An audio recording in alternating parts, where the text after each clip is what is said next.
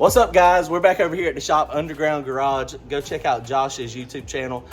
He's the one that's got the dyno. They got another car on the dyno over here now getting done. I've been talking about it for a little while.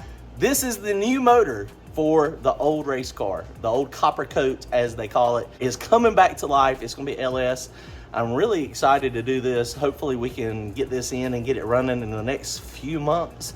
That's the game plan. But let me show you what I got. This is my first LS motor, so I guess now I'm officially in the LS crowd, and I'm taking Josh's expertise.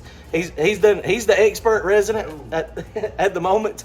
So that's an LS motor over there too. But I don't know anything what I'm doing. But let me show you what we got. It's gonna be a 5.3.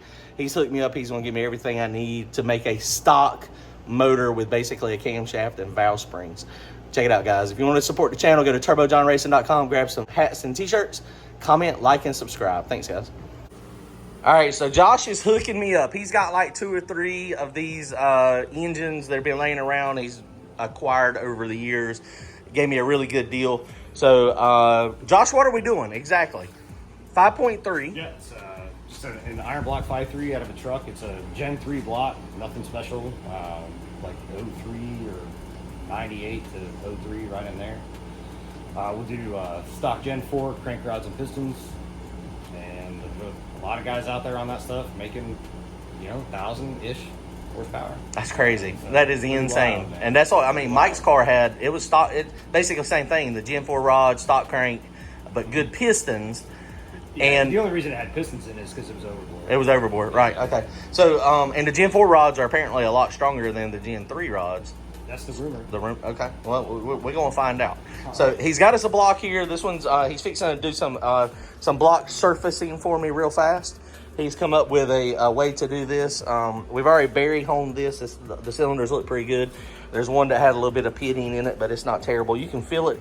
But we hit it extra with the berry hone, so I think it's going to be okay. So they got a little bit of rust pitting in them on this side. Apparently this motor probably stood up on its side, and that's where it's just where the pistons were. But I mean, you can feel it a little bit, but it's not bad. You can see it. That'll be fine. So I think we'll be good to go. So he's going to clean the block. I think the cam bearings are in good shape. Do you have a problem with cam bearings in 5.3s spinning, or when did I remember hearing people have issues? Or I've never had that happen. Okay, gotcha. This one, whenever I picked this up years ago, I tore it down to do something, and I actually put cam bearings in it. So okay. They're all new. So they're all new cam bearings. Yeah. Okay, so you don't have to worry about that. Yeah. And we're going to put what did we talk about? A Gen 2. We're going to put the cam sensor in the front and not in the back, or Correct. Correct. Okay. Yeah. So we're going to do the Gen 4 crank, and so if we do the cam sensor in the front, right, when you're in the Holly, you don't have to build a custom ignition. You can just select 58X GM, and it'll have the 4 pulse. That's right. Okay, gotcha. And it'll all just take place right here in the front, because that's the Gen 3. It was in the back there. See, I'm learning.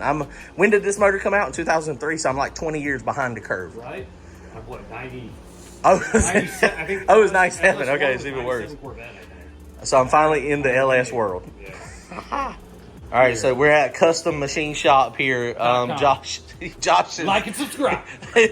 Josh has got us hooked up with a deck surfacer. Yeah. So that's a some type of porcelain plate. This is a marble tile. Marble tile. From the bathroom department at Lowe's or Home Depot. What grit sandpaper do you have glued to that? This is a 150 grit emery cloth, so it's a little bit thicker than sandpaper. Okay. And it is 3M Super 77 multi-purpose adhesive to this here. And on the back, he's got, are those glued? Is the wood glued? I super glued or epoxied some little handles on there. So you can tell Josh has done this a couple times. I told y'all I'm at World Headquarters Yep. world headquarters of LS. Rigjob.com. Look, and then all you do is slide it back and forth. Ish. Oh. See, if I do it, I'm gonna break your towel, and then you're gonna be super mad. That's what, dude. I mean, this is what I'm saying. That is good, and it'll cut down any high spots. But mostly, you're just what kind of head gasket should I put on this thing? LS9s? Is that what you said? Or is that what Mike said? Really good luck with them. What do you run? Let's see. So I've got Cometics on that car. Right. But LS9s are. I don't think there's anything wrong with that at all. Okay. Whatever. I guess whatever you can come across that you can get a good deal on. Okay. That's what I would do. And then I've got to get. I need to change lifters too, right? Is it a? So the lifter deal, if you could get a set of link bar, Johnson like link bar short travel lifters or something like that, I think that's way better.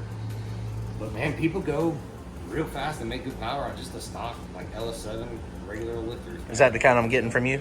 Sure. Okay. That's okay. Well, that's what I'm putting in. Okay, I'm not getting Johnsons. I know those are expensive. So yeah, I've got a bunch of just Okay. lifters, so we'll look through them and find 16 of them that seem to be the best, and go from there. So Josh is hooking me up. So he is getting me everything I need to have a mostly running motor. I've already got an intake. I've got it's going to be on Terminator X, whatever that stuff is. Boy, look at that surface. Wow, that looks good, Josh. Thanks, man. You have done this a couple times. Look at there. Wow. It looks mostly flat. Dude.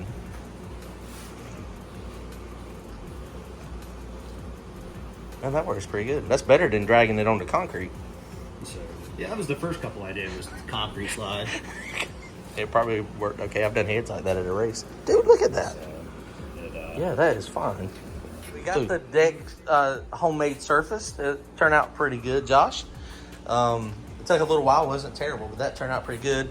So cam bearings are new, like he was saying, under the motor. All that stuff is clean. We are going to have to pressure wash it all out. I'm going to take it to the car wash, throw some degreaser down all the oil galleys, all the everywhere, and just get it all nice and clean. So we're going to put used bearings back in it. A lot of people think that's crazy, but if you look at the bearings, I mean, they are practically brand new. So we'll put bearings in it. These are in the caps, of course. It's got rod bearings, got a bunch of those. So we'll pick some of those. We're going to use used bearings. We're going to keep the same rings. This is legit like a junkyard build, guys. Legit. Crankshaft, he's already got over here. It is a 58X. This is a nice crankshaft. I mean, when you look at these things, the journal's cleaned up good. All that's fine. I am going to tack weld this to the crankshaft just so that doesn't move.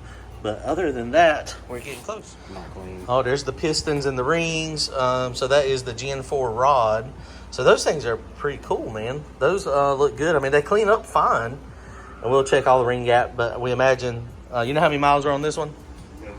No clue. Lots of miles probably. So we'll check. I need to do some research. I know a lot of people will open the ring gap up.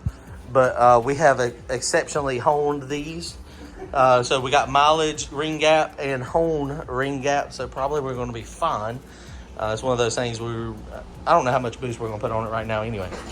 All right, guys. So he's getting the parts and pieces. So we got all the caps. This is definitely interesting. A little bit different. This would go backwards here. So 1, 2, 3, 4, and then 5 faces the opposite way. The other thing that is interesting is, like on most Chevrolets and Fords, it's tang to tang when you're looking at these, but not on this, so it's a little bit different. But so the block is almost done. He's getting all the parts and pieces over here. He's assembling. He's got like 5 different motors. So the pistons and stuff, the bearings, this stuff looks good. This is one that's already clean. This is that Gen 4 rod, and so it's got the little dimple in it. That is a nice I-beam rod, though, honestly. It's a pretty good I-beam rod. We are going to upgrade ARP bolts here. We're going to use the factory bolts in the mains, and we're going to put studs for the head studs. And we're going to do trunnion upgrade on the rocker arms. But we're going to use, like he was saying, he's got all this, so we'll have the factory lifters. He's got a bunch of bearings. All bearings are, they look good. Hardly no wear on them at all. You can't feel anything. So we'll just reuse those as long as everything mics out good. All right, guys. Well, he has assembled enough parts for us. I think we have enough to get going for the most part. So we got a little bit of work to do. We got to go clean the block. Once we get the block cleaned, then we'll go ahead and start installing the crankshaft. I got to get the pistons cleaned. We'll throw those in Brian's vat and let these things soak. Piston rings seem good. I mean, they feel like they've still got plenty of tension. So I think we're going to be okay to just send it. That's what most people do, apparently. So that's what we're going to be doing. Josh, I appreciate the help. Thank you for assembling everything for us. We'll see. You got everything goes good, man. Yeah, and if we miss anything, he's got lots of other stuff. He's got enough to build like 3 of these motors. It's no blocks. No blocks. This is the only block, so we got the only one that was any good. So I appreciate it. We're going to check it out, see how it goes. Y'all go check out Josh's YouTube channel, Underground Garage. Underground Garage. If you need some dyno tuning, hit him up. Later.